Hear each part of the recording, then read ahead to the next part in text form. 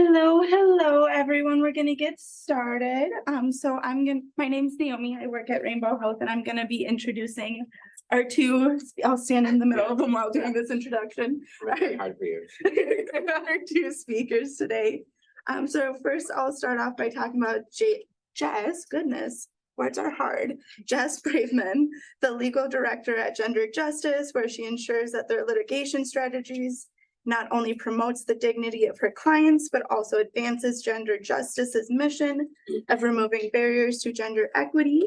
Jess engages in impacting litigation issues such as transgender rights, sex discrimination, and reproductive rights.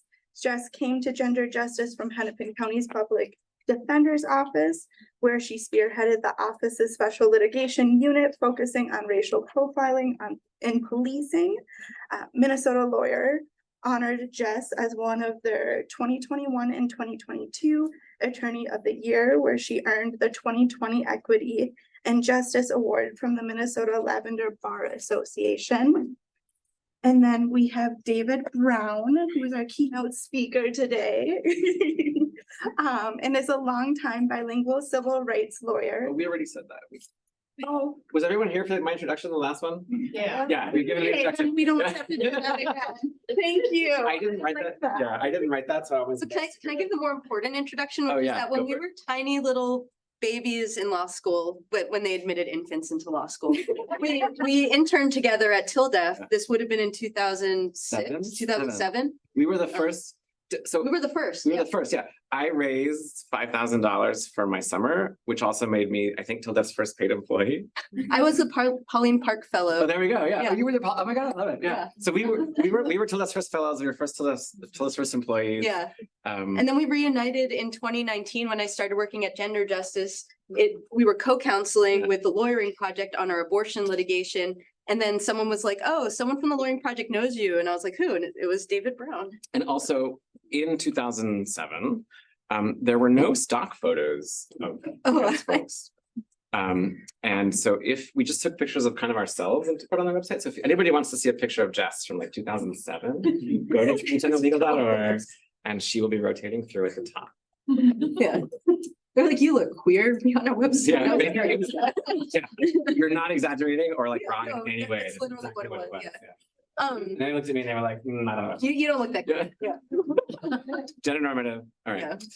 Yeah. So I'm the legal director at Gender Justice here in Minnesota.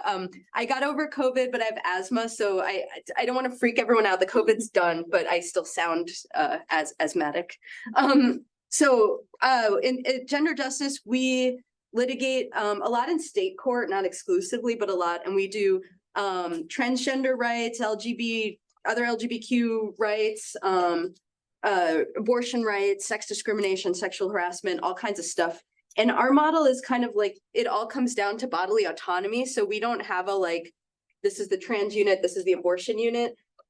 We just all do it all because we all think it's the same issue. And as you heard from David earlier, we're certainly up against the same people, like it's the Alliance Defending Freedom. They are also appearing on one of our Court of Appeals cases where a pharmacist refused to give our client her emergency contraception because of his religious beliefs. They're representing someone on that case. So like the other side is doing it all together and we do it all together too. And but we love teaming up with national groups who understand the value of working with people on the ground at the state level, and that includes TLDEF. So Thanks. yeah. Yeah, I mean, I don't have much to add to that. I'm trying to see where. So can I give this? Yeah. All right. So basically, we're going to be talking about state transgender rights in Minnesota from a legal perspective, a legislative perspective, and a policy perspective. So we are based nationally. We don't have like a headquarters or anything. Technically, it's New York City, but like no one's there anymore. And we have had the privilege of working with Gender Justice in a couple of cases. So we'll talk about those in a little more detail. We tend to file amicus briefs in those cases. I also had the pleasure of wearing a previous hat of actually suing this very state with Jess about all y'all's abortion restrictions, which are now gone, which is cool. Not just got, like, we didn't just win the case, then they got repealed. Like it's like the victory. Yeah, they're like dead and buried, like they dance on the grave. Yeah. Which was cool. So we'll talk about legislation in Minnesota, and especially focusing on Minnesota's recently passed shield law, and the implications of what it means for Minnesota to be a refuge state for folks coming to seek healthcare from elsewhere, and especially some of the more difficult states that TLDEF has been working in. So Minnesota was the first state in the country, and Minneapolis the first city in the country to expressly protect trans people in our state level human rights law. Minneapolis was in the 70s and the state level was in the 90s, but that doesn't mean like we got it right. At some point our court said like, okay, but like, I don't like that, so I'm not going to enforce it. And we'll talk about that. But the Minnesota Human Rights Act just updated its language because in the 90s, it included gender, like trans people under sexual orientation, which is, as we all know, those are two separate concepts, right? Like sexual orientation and gender identity or sex or, you know, but that's how it passed in the 90s. And so for every lawsuit we brought, we'd be like, this is sexual orientation discrimination. The other side will be like, well, we're not discriminating against they're gay because they're gay.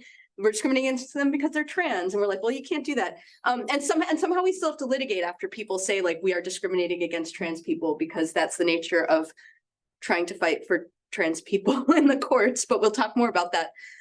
So in the past, I wrote it down because this is brand new.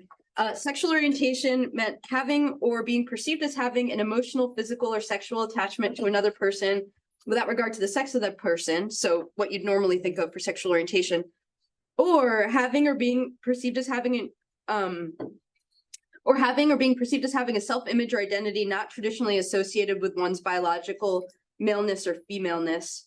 And then like, just because they want to like, they can't do anything good without like kicking us. They're like, sexual orientation does not include like being attracted to children. And it's like, okay, well, thank you for that.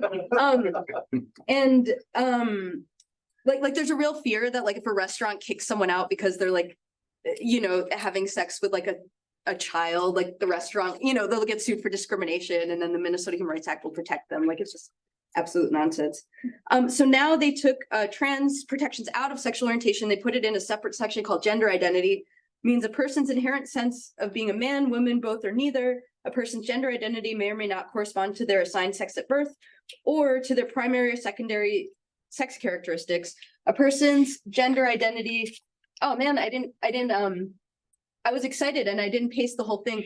Well, one exciting thing about it is like it specifically mentions like genderqueer in it, which has been like my identity because I'm an 80s kid, and like that's the term a lot of people used to use was genderqueer, and I don't hear it anymore, but that's how I've always felt. So that term is in there, and so it's a much more it's really expansive. But yeah, that update was the most recent legislative session, so that's pretty exciting. And the other great thing that happened when they did that is there are all these like offensive exclusions in the Minnesota Human Rights Act. Like you can discriminate against like based on sexual orientation and blah, blah, blah, blah, blah. When they took trans people out of the definition of sexual orientation, they didn't add them back into the exclusions. And so there's now like not express exclusions for trans people, which I think is a fantastic and possibly accidental, but fantastic outcome. So Here.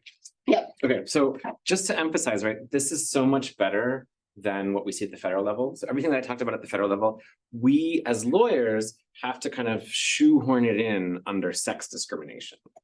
And the protections for trans folks in federal statutes all then have to be kind of like argued through courts, right? So we are winning, like I said, those cases, but trans folks have to like bring the cases, right? It is not black and white, and that's troublesome. We are working, like I mentioned, on a regulatory strategy as well. So when it comes time for federal agencies to implement statutes in regs, so like the ACA, like the VA regulations, we are pushing.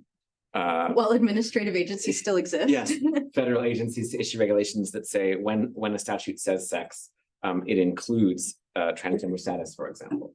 But we are still, it's still a work in progress. And I'll mention two other challenges at the federal level. So one is, I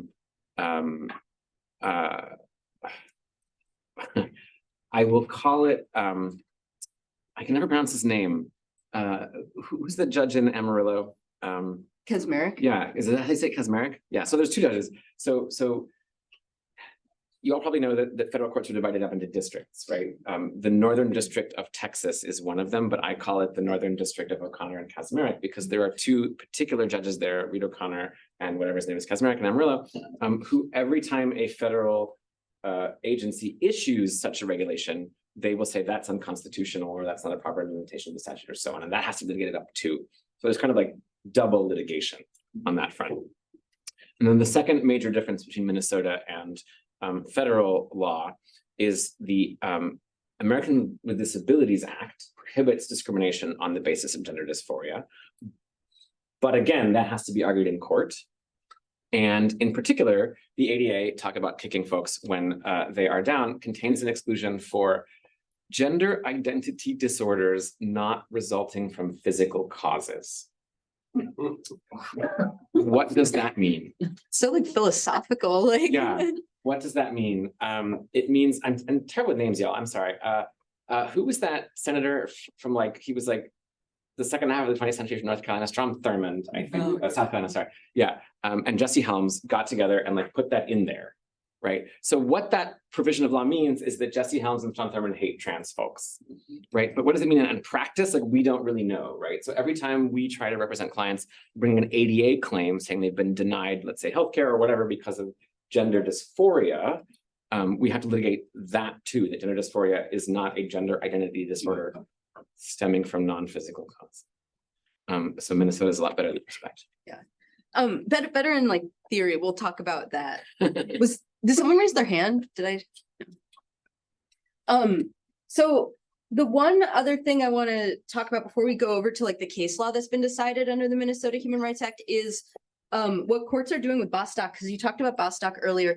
Like the thing about judges that I think they like, I think law schools do a real disservice, or at least mine did, because there's laws and you read how they're interpreted. Like judges do the outcomes they want, right? And your job as a lawyer is to convince them to want your outcome, and there's nothing else to it. And so you have judges saying like, yes, Bostock is what it is, but we're not going to apply it to like anything, right? And so under Bostock, sex discrimination means you can't discriminate against someone because they're trans. But if you go to another courthouse, other judges have said, well, I don't even think that's what it means, and I'm also not going to apply it to sex in other statutes. So courts really bend over backwards to avoid giving trans people rights, even when it's like clear as day that you should have, you should have them. And it's really disheartening. So there, was it Skermetti, Adams, like a bunch of cases are rejecting.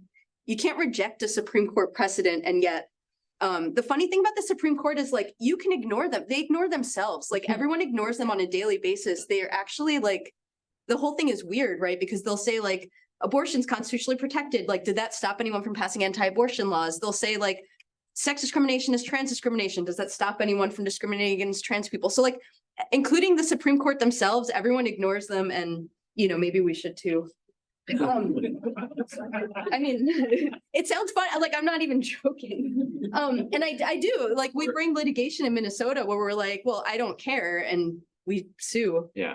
Or put 5 more justices on the Supreme Court who actually care about the rule of law. Or whatever, term limits, whatever. Yeah. So Goins was like a blight on the state of Minnesota. It's the most like offensive, read it. I mean, Goins v. West Group, like if anyone's here from Thomson Reuters, I've been on like the longest campaign to get Thomson Reuters to do amicus briefs in our cases, because they were West Group, and like, this is a really bad litigation. Now they currently do allow trans, like they're not, they have good policies now, they didn't then. And so a trans woman employee at West Group wanted to use the women's bathroom, sued for it because West Group said no. The case made its way through the Minnesota Supreme Court, and in like the most poorly reasoned opinion I've ever read, the Minnesota Supreme Court said like, I don't think that's what the Minnesota Human Rights Act means. Like, I see it says don't discriminate against trans people, but we think it's icky, and so we're going to allow it. And like, that was literally the opinion. I mean, I can't that's giving it like, that's being generous. It was just basically like, we don't want to do this. And so they even said like the point of anti-discrimination laws is not to change norms, which is like the only point of anti-discrimination. It's like literally the only reason there are anti-discrimination laws. And so it was like the most poorly reasoned piece of garbage out there. It is still on our books. We've been trying to get it overturned, but we need an employment case. And the good thing, you know, this is maybe not a bad thing, right? Like every time we thought we might have a case, employers end up doing the right thing. So like we haven't had to sue yet because an employer is refusing to let an employee use the wrong bathroom. And it's like, that's bad because it makes it hard to get Goins overturned. It's good because like that's the outcome you want. And so I'm not like going to complain about that, but we do want to get Goins overturned. It's like a blight on the state of Minnesota. We also have NH, which is a case, I'm going to talk about the Constitution after this, but because there were also constitutional claims. Minnesota Human Rights Act is really cool because David was naming like Title IX, ACA, like all these federal anti-discrimination laws. We have it like all in one, and it's expansive, right? Like, so there's no right now federal public accommodations discrimination claims if you're LGBTQ, but in Minnesota there are, right? Like we just have this omnibus statute. And so NH was a case involving a school where we had a client who was a swimmer. He was a trans boy who was using the boys' bathroom and locker room. There were no issues, but then the school board poked in their heads and said, hey, Anoka Hennepin, which we'll talk about that in a second. Do you have any trans boys? Do you have any trans people using bathrooms? And the school was like, no. And then they're like, oh yeah, there's this one kid. And then the school kicked him out, built an entire, talking about expensive, built an entire separate locker room that like the school called the enhanced privacy bathroom, but you can imagine that's not what the students called it because it's the bathroom for trans people. And his life just got really difficult from there. The school was already under a consent decree because there was a rash of 8 or 9 suicides at the school among LGBTQ students because the bullying was so bad. And they had a don't say gay law at the policy at the school. And so the teachers were like, we can't even help these students.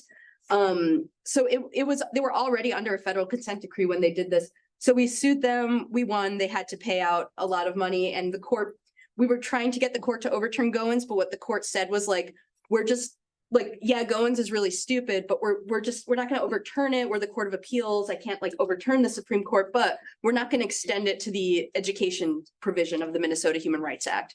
What they did was they kind of said like, it's cabin to employment. And so that was NH. And then David, you did an amicus brief for us with WPATH. Yeah, I was just going to say one cool thing about the decision was that usually when a court says kids are different, that's like bad news for us, right? And we're seeing that like in the LW discrimination case, and we're seeing that in Agnes Tucker. But in this case, it was the exact opposite, right? They said like, you know, clearly that decision like was, you know, only meant to apply in the sort of limited circumstance where we're talking about a workplace, and you know, kids like need more like a human rights law. If it doesn't protect kids, like who does it protect, right? So that was a cool opportunity to make some law, and then yeah, as Jess said, like we had the pleasure of working with WPATH to present an amicus brief on you know, social transition is an important part of the standard of care, and it was just it was a helpful opportunity for like a national organization to come in and sort of understand like its role as standard setting when it comes to trans folks in 20, when was it 20? Like in the current time, right? They have to kind of put their money where their mouth is, right? So when you commit to ensuring that a standard of care is science-based, and there are folks who are seeking to sort of undermine the role of science in our public discourse and our public policy, right? It's important for organizations to kind of put their money where their mouth is and say, you know, no, we've got to ensure that science informs the law, science informs the role of the courts and the decisions the courts are making. So we got to represent the WPATH, and that was an important part of the case. Question? Yeah, I have a question about the role of WPATH. By the way, WPATH is the World Professional Association of Health, that these standards that people reportedly apply to transgender healthcare. I've seen that this, like WPATH, as you mentioned, being used in litigation to kind of support the idea that transgender people have rights. Right. I kind of want your perspective on that particular role of the scientific, the medical, as being the basis of that idea. Why is it the case that we have doctors, a group of doctors who do not even involve transgender people in that group, transgender patients in that group who will make up these roles that apply to transgender healthcare, and they're taking them and saying that people's rights, that this actually matters, that people's rights are dependent on what they have to say about them. Yeah. That's one of our our topics for later. Yeah. I mean, should we dive Yeah, into it now? we could do it now, Let's yeah. dive into it now. Yeah. Yeah. I mean, so I'll respond to it, and then I'll let Jess have a say. I mean, I think so. There's a lot of debate, right, in the community about the role of medical gatekeeping, and I think it's important to remember that our fight as lawyers is to use the tools that the system allows us to have when we're in court, right? And I think it's important to recognize the importance of that and limitations of it. So when we're in court, we are sort of stuck with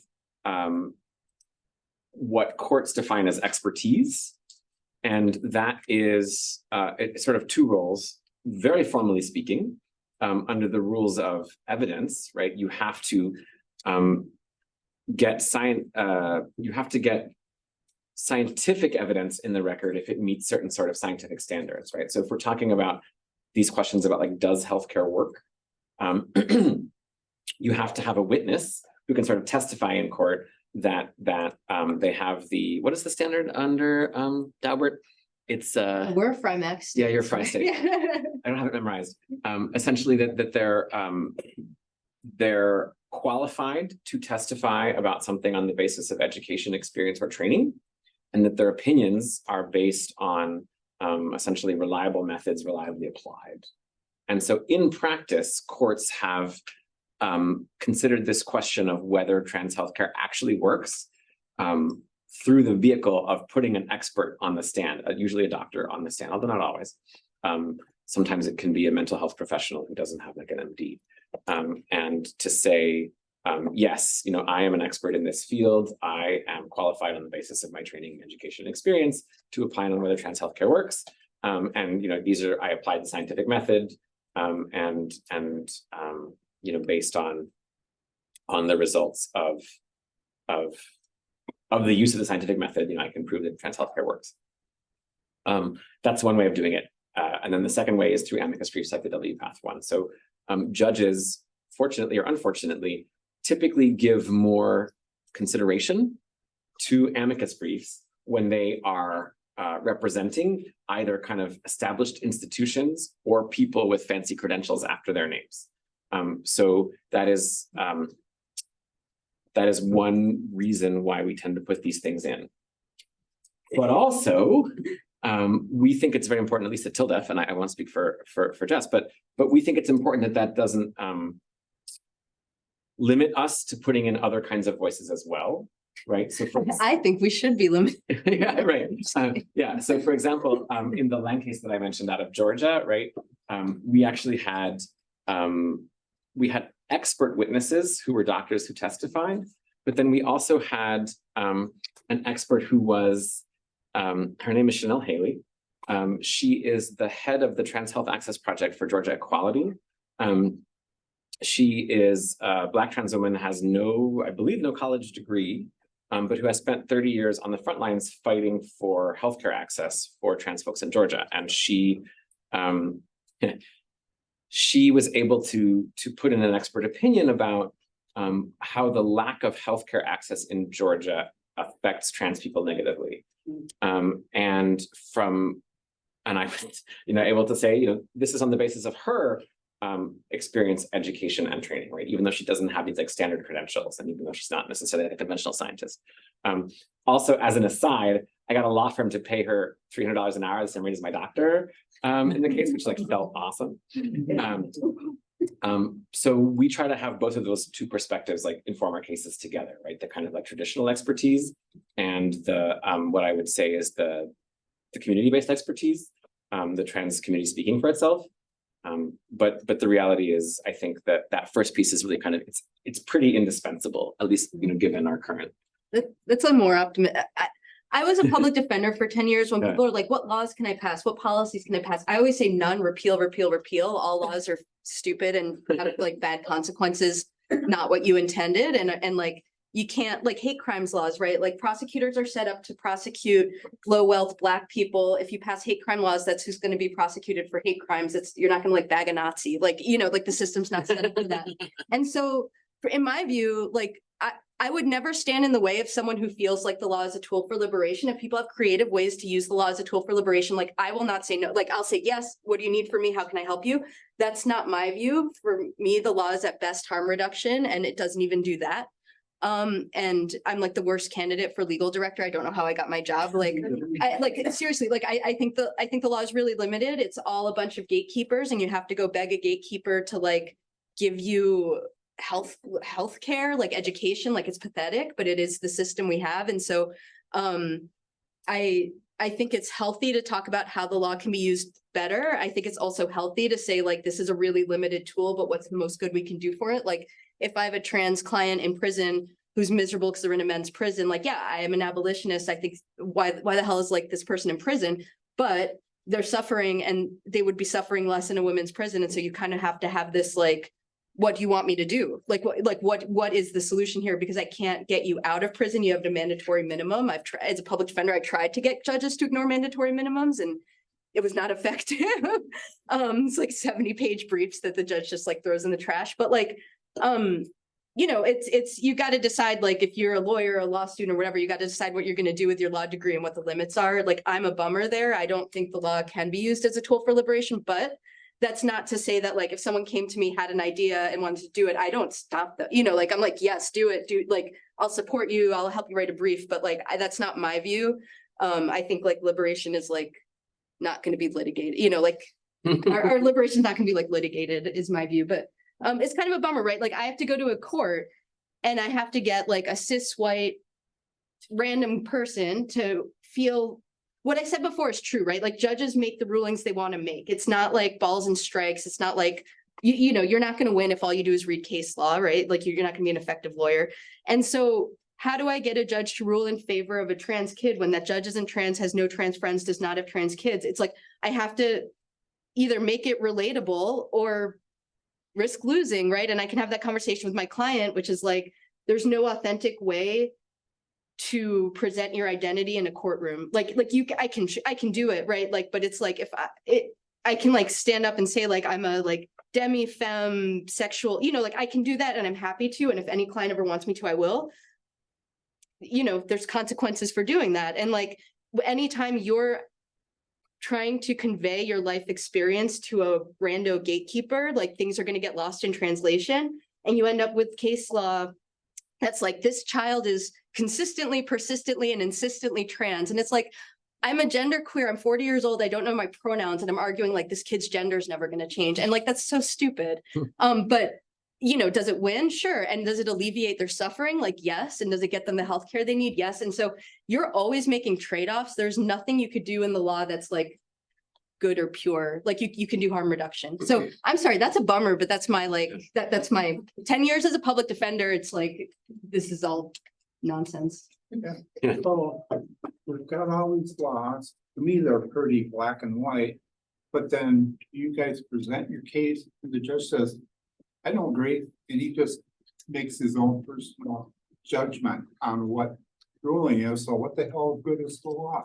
It's not. So like, I bring cases where I'm like, the other side discriminates based on transgender status. Like, that is the thing they use to discriminate. And the other side says, yes, we discriminate based on transgender status. And somehow this is like a 3-year litigation, right? Like, what's the point? I don't know. But like, we have to keep fighting, because if we don't, the person's going to keep being discriminated against, and it's just going to get worse and worse and worse. And so, but yeah, it's nonsense. Like, the law is nonsense. Like, the whole thing is nonsense. Can I just add one thing? I mean, I would say, like, our legal system is like especially confusing and uncertain, right? So like, we have to, as Jess was saying, right, even though like there's a law on the books that says X, we have to spend 3 years in court proving X. But to answer your question, like what good is it? I mean, I think it is useful. It is a It's useful useful tool, tool. right? Like most of, or more often than not, especially in a state like Minnesota, it kind of gets where we need to go with a specific client's very specific needs. It's not going to achieve like radical change if that's what you're looking for, right? But it achieves change at the margins, and it achieves an outcome for a specific client. So like you were saying, right, it's a series of sort of compromises that we have to make, right? We have to think of what is the best we can do, and ultimately how likely are we to achieve that, right? In my mind, to qualify as a judge, I don't care what your background is, Mhm. you need to be impartial, Sure, regardless of your own sure. feelings or take on a subject. Yeah. To me, if a person can't do that, what you're telling me, a lot of judges like, I don't think so, and he does his own. He is not impartial. Yeah. And to me, he shouldn't be on the bench. No, that's right. I don't even want judges to be impartial. I want them to want trans people to have, Fair enough. you know, like, it's Yeah. like, I'm not gonna pretend I want judges to call balls and strikes. I want them to come in and want like an end to race discrimination, an end to like, I want them to be like extremely biased in favor of the issues I care about. Yeah. I'm not like, what is the point of like, why do, you know, like, what's the point of our profession? Like, why do we pretend otherwise? Like, this is what I want. I want to go in front of a judge who's extremely biased in favor of every issue I care about and makes good rulings. Like, How do I don't- how do judges get picked in Minnesota? elections and appointments. So that's, I mean, one big difference Yeah. between Minnesota and like the federal system, right? I think one of the challenges is that in the federal system, a judge's biases can sort of go uncorrected forever, right? Like if a judge hates trans people, like they have a lifetime appointment.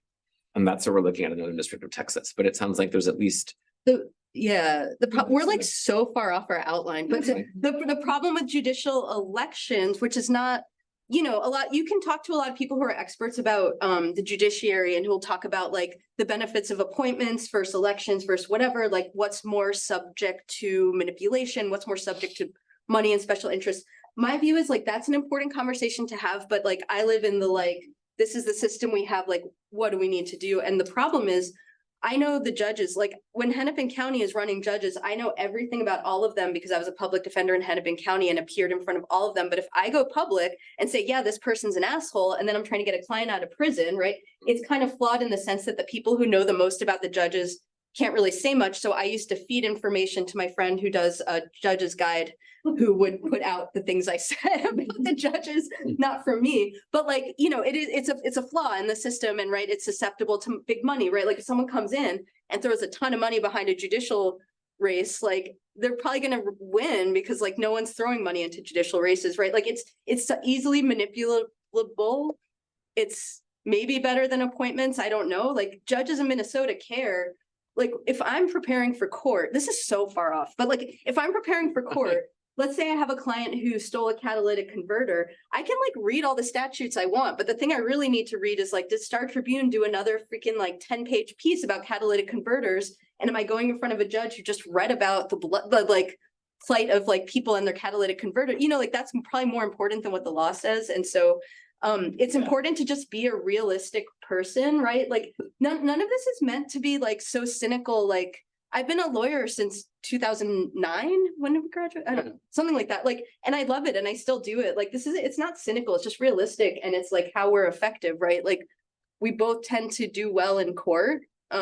We got rid of all of Minnesota's abortion restrictions, teaming up together, right? But it's not like meant to be like, what's the point? Don't do the law. It's more just meant to be like, there's nothing wrong with just being like, this is the system we have, and how do we win, right? Like, yeah, I want to fill the bench with like queer people who get it. Like, like that. I'm not going to pretend otherwise. Like, I don't want anyone impartial. Like, no, I want them to believe in like the living Constitution, right? That the Constitution changes with the times, and that like, what's the point of the Constitution if it doesn't protect people from like being targeted by the government? Like, that's what I want in a judge. But none of this is like. That's fine. Yeah. We've got two more questions. Okay.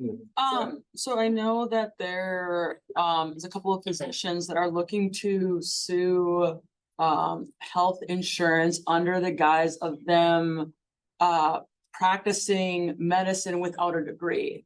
And so by them saying, oh no, that we're like not covering that procedure. Abortion pill? Oh. No, this is just like just in general, there's them picking and choosing what sort of things because Like a they medical don't deem review it committee. medically necessary, or like different cancer treatment, stuff like that. and this group of physicians suing them, being like, hey, you guys don't have a medical degree, you guys can't make that determination.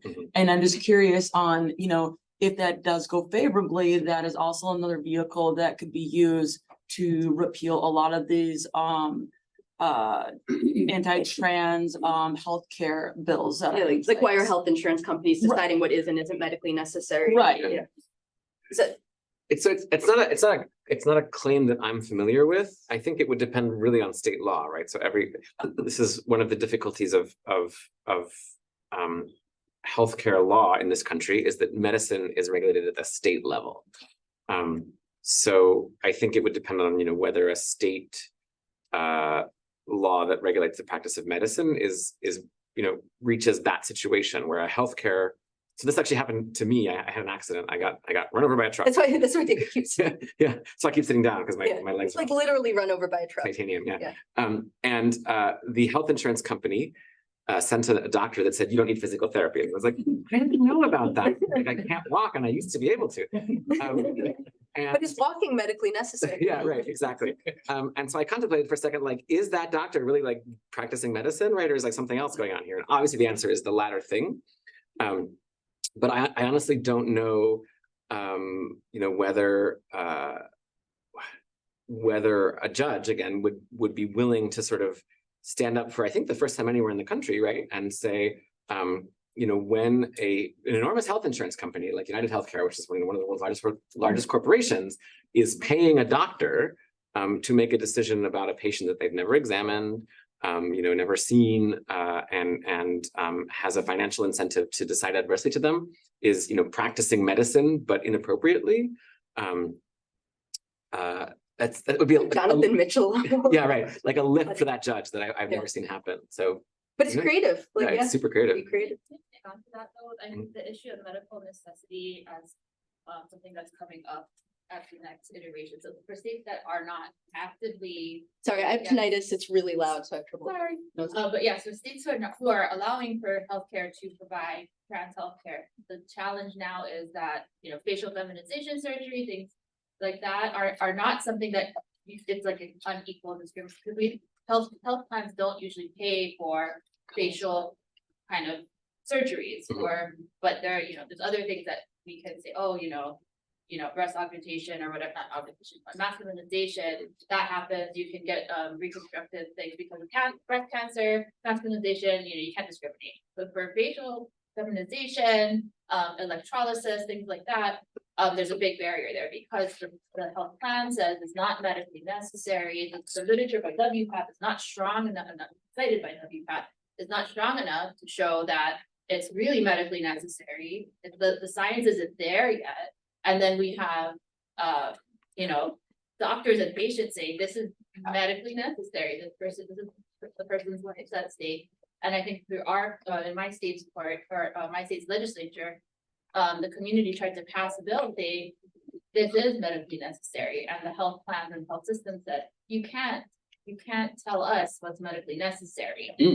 And so, I mean, I think that's a big question. Have you ever heard of that being something that has been litigated or you know, legislated? When I have a client who gets denied any form of gender affirming care, I send them to Phil Duran at Rainbow Health, who you may all know, because Phil is like the best at writing these letters. Like how you're saying a lot of work gets done at the administrative level. Phil's administrative work is so freaking creative. He basically got the Department of Health to require like everything, like a judge basically said it's unreasonable that the Department of Health doesn't cover like everything mentioned by WPATH. Like he's so creative. He gets that stuff done through advocacy letters rather than litigation. And so he does, like, I mean, I think people do get it covered, but it's like, if you get a rejection, what are the chances that you think to call a lawyer and you think you're going to get someone to help you for free? And then, you know, like, we're all getting rejected from healthcare, right? Like we've all had situations where healthcare is rejected. And like, even I, a lawyer, have given up. It's like, whatever, I guess I don't need to breathe, right? Like my insurance doesn't have a flow vent and like, I guess breathing's not medically necessary, but like, you know, there are ways to do it like that. Like you could say like, okay, but WPATH mentions this as a helpful thing. How can you say it's not medically necessary? But I was just gonna add two things in response to what you said. So one is, there definitely are insurance regulators, like I mentioned, the New York State Department of Financial Services that have like addressed that question specifically. And they'll issue like a dear provider letter or some kind of some instrument that says, you know, among other things, like electrolysis is medically necessary.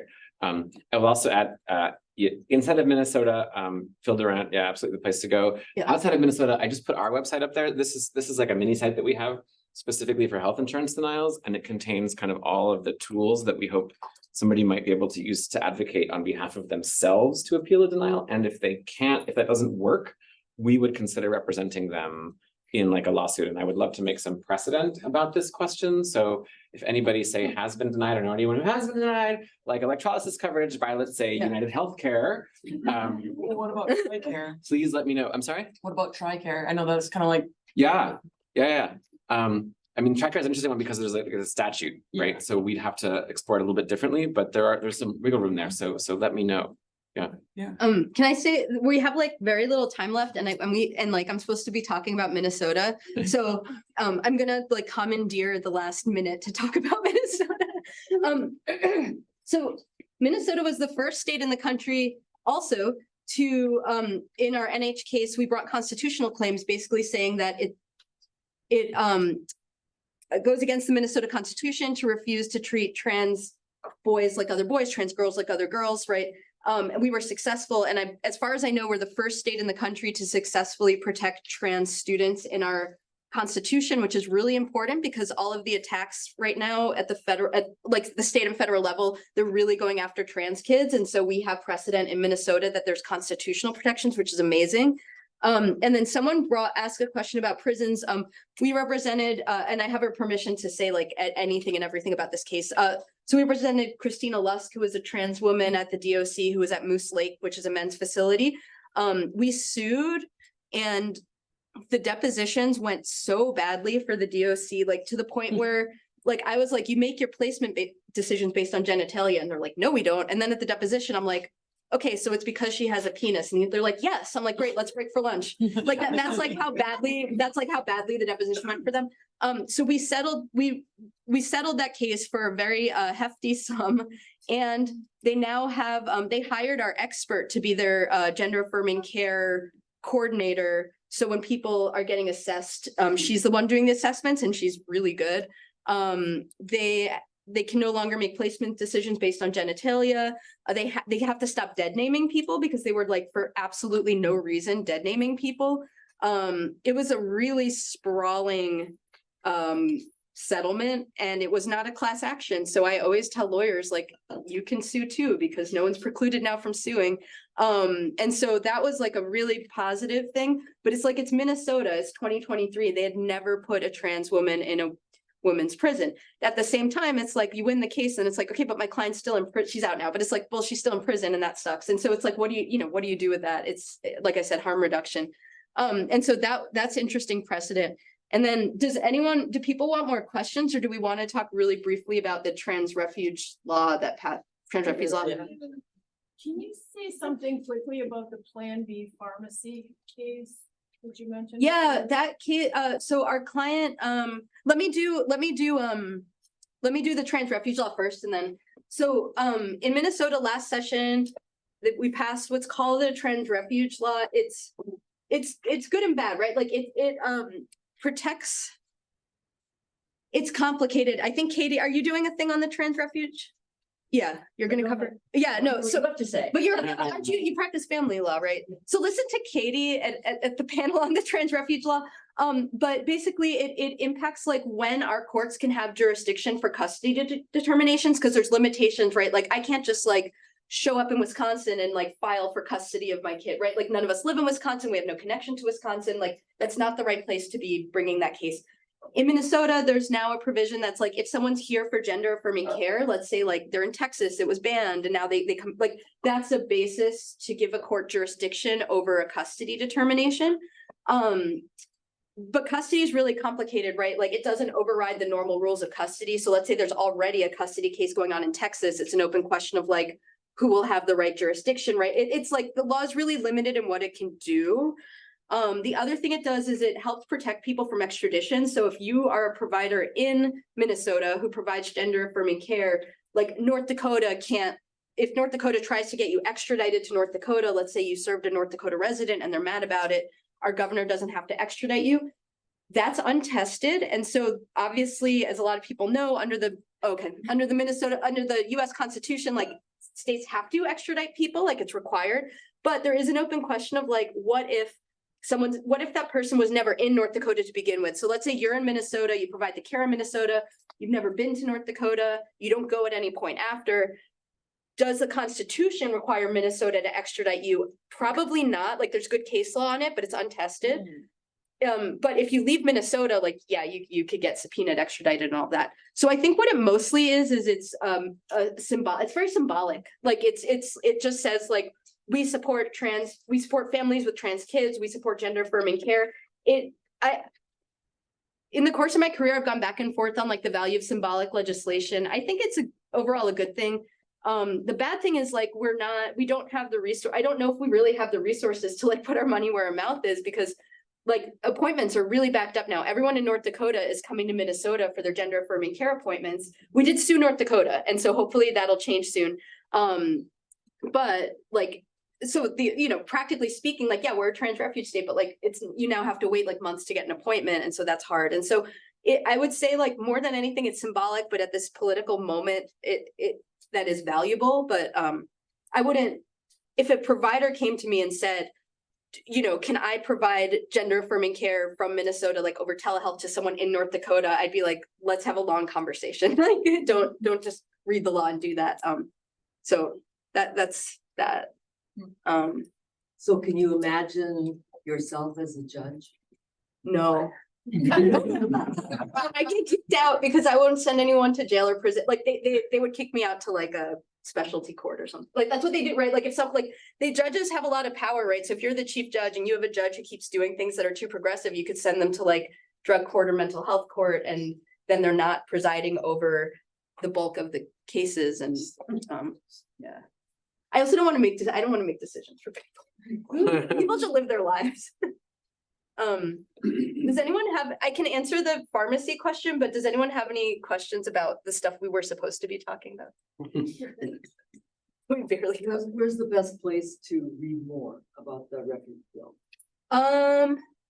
That's a great question. I think Rainbow Health put out, they either did or were going to put out an explainer. They do have one. Okay, Rainbow Health has an explainer, but I don't have the link to it. But someone here I'm sure does, because I think it's their conference. What? I think it's just rainbowhealth.org. Probably, yeah, but I don't know where on their website the explainer lives. The website's currently being redone, so watch Rainbow Health's website. Yeah, they have an explainer.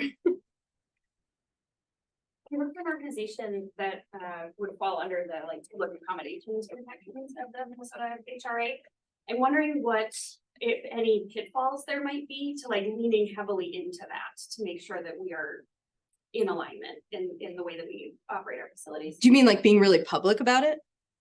No, just kind of generally with our policies and the way that we train and educate our team members on the use of our spaces and protections for trans and non-binary people and using our facilities, just making sure, as I tend to lean and say we have the HRA, it's very specific, it's very clear, and then we get pushback the way that we standardly would get pushback. So I'm just interested what any you can tell them that I said that if you are not trans inclusive at your place of public accommodation, I will sue you. Yeah. You could tell them I said that. Yeah.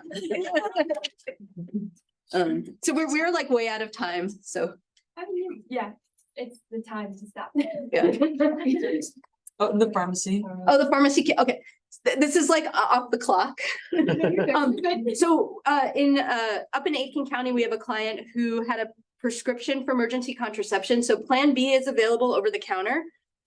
Plan B doesn't work for everyone. Like if you weigh over 165 pounds, which is like not a lot, like Plan B may not be effective. It's also not effective closer to the release of the loot.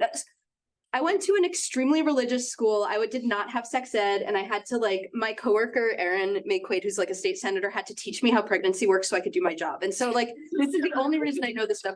So closer to the time of your ovulation, there's a release of this thing called luteinizing hormone, which is what leads to people are nodding. So I think I'm on the right track here, which leads to ovulation. Ella works closer to the time of that release of the luteinizing hormone than Plan B. So Plan B is like more effective in that sense. It works for more people. And if you don't know when you ovulate, which most people don't, it works closer in time to when you ovulate. And how emergency contraception works is it delays ovulation so that there's no egg for the sperm to fertilize. That's the only way it works, but a lot of like super religious groups argue that it works after fertilization, it works after implantation. There's no science to support that. And it's kind of untestable, except until now, because now they do have a test for fertilization that's brand new, and that's a whole other topic. But so basically our client had a prescription for Ella. She cannot just go take Plan B instead because it would not be effective for her.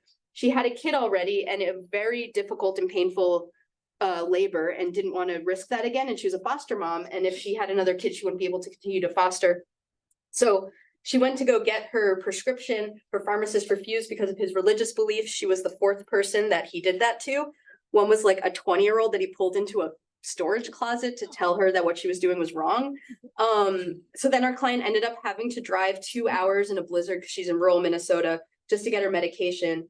And it's time sensitive because if you ovulate before you take it, it doesn't work and you don't know when you're going to ovulate. And so we had a trial in Aiken County. We were not successful, but the jury instructions were really bad. The other side never raised a religious liberties claim, but the court treated it as though they did. So it was like unlitigated.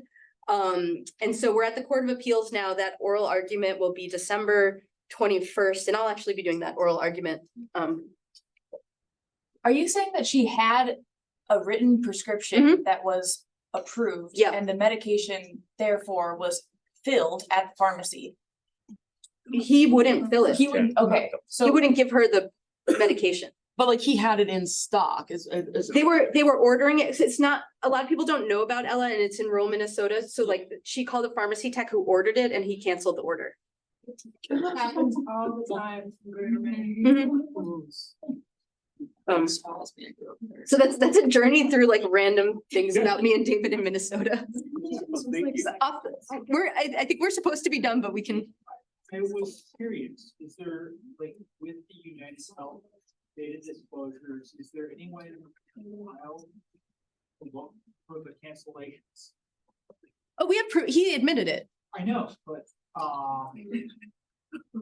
whole pattern of cancellation through the deliberation, it's gonna need to target lawsuits for other things. I mean, you'd need a plaintiff. Yeah. But I'm sure we could find one. Yeah, you need like someone with standing, but yeah, totally. Actually goes to PEP and PrEP. I'm sorry. It goes to PEP and PrEP access with the pharmacists as well. Oh, yeah, PrEP, yeah. And the other side is like being really blatant now. Like they're saying like, we don't want to give people PrEP because it'll encourage homosexual activity. Like that's in a lawsuit. Like we're just saying that in 2023. For purchasing syringes. Yeah. It's gonna promote. Yeah.